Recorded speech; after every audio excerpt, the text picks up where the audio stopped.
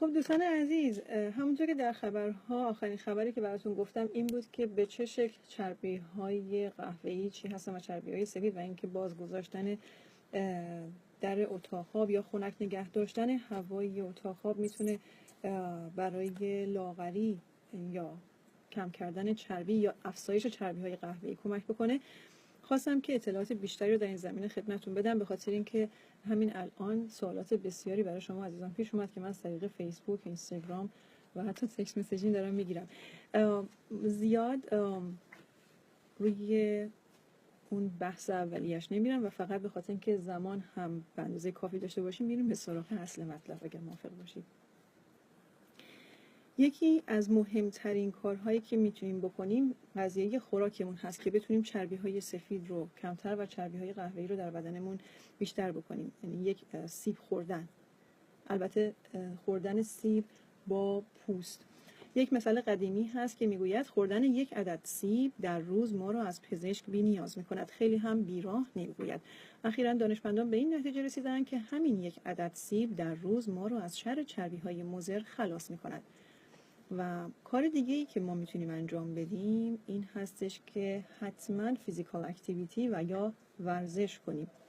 اثرات مفید تحرک و فعالیت جسمانی به ویژه در سوزاندن چربی و کالری‌های اضافی آنقدر روشن و بدیهی است که به نظر میرسه که انگار هیچ نیازی به دلیل و مدارک دیگه‌ای هم نداره. خیلی مشخصه که باید این کار رو انجام بدیم.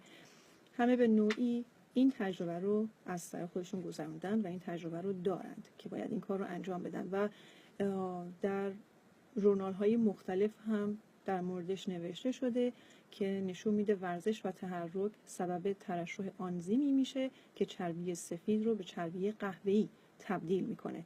البته باید بدونیم که برای رسیدن به نتیجه مطلوب حتما باید منظم و پیوسته ورزش بکنیم. ورزش کردن باریک، یعنی هر چند وقت دفعه که بخواید این کار رو انجام بدید فایده ای نداره.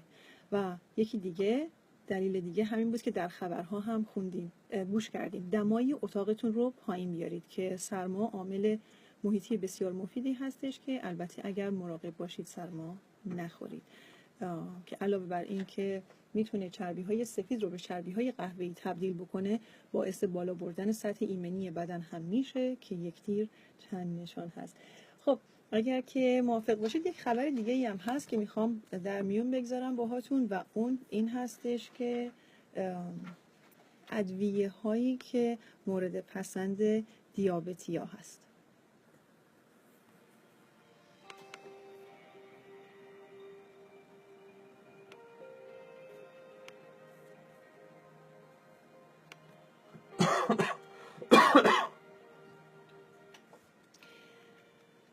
ادویه‌های دیابت پسند: ریحان و دارچین، سیر، رزماری، میخک، زردچوبه. اینها ادویه‌هایی هستند که کسانی که بیماری دیابت دارن، مشکل دیابت دارن، اگر از اینها استفاده بکنن خیلی میتونه اثر خوبی براشون داشته باشه.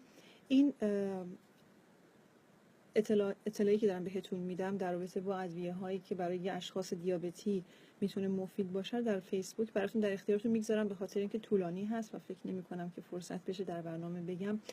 اگر که چون این هم هفته گذشته البته گفته بودم ولی از من خواسته بودید که دوباره بگم، گفتم براتون، ولی در اختیارتون میذارم روی صفحه فیسبوک لادن همایون صفت و اینستاگرام رو اگر بخواید منو فالو کنید باز هم به نام لادن همایون صفت در خدمتتون هستم.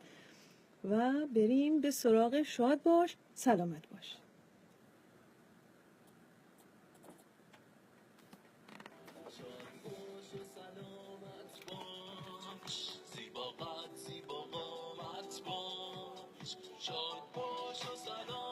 خودت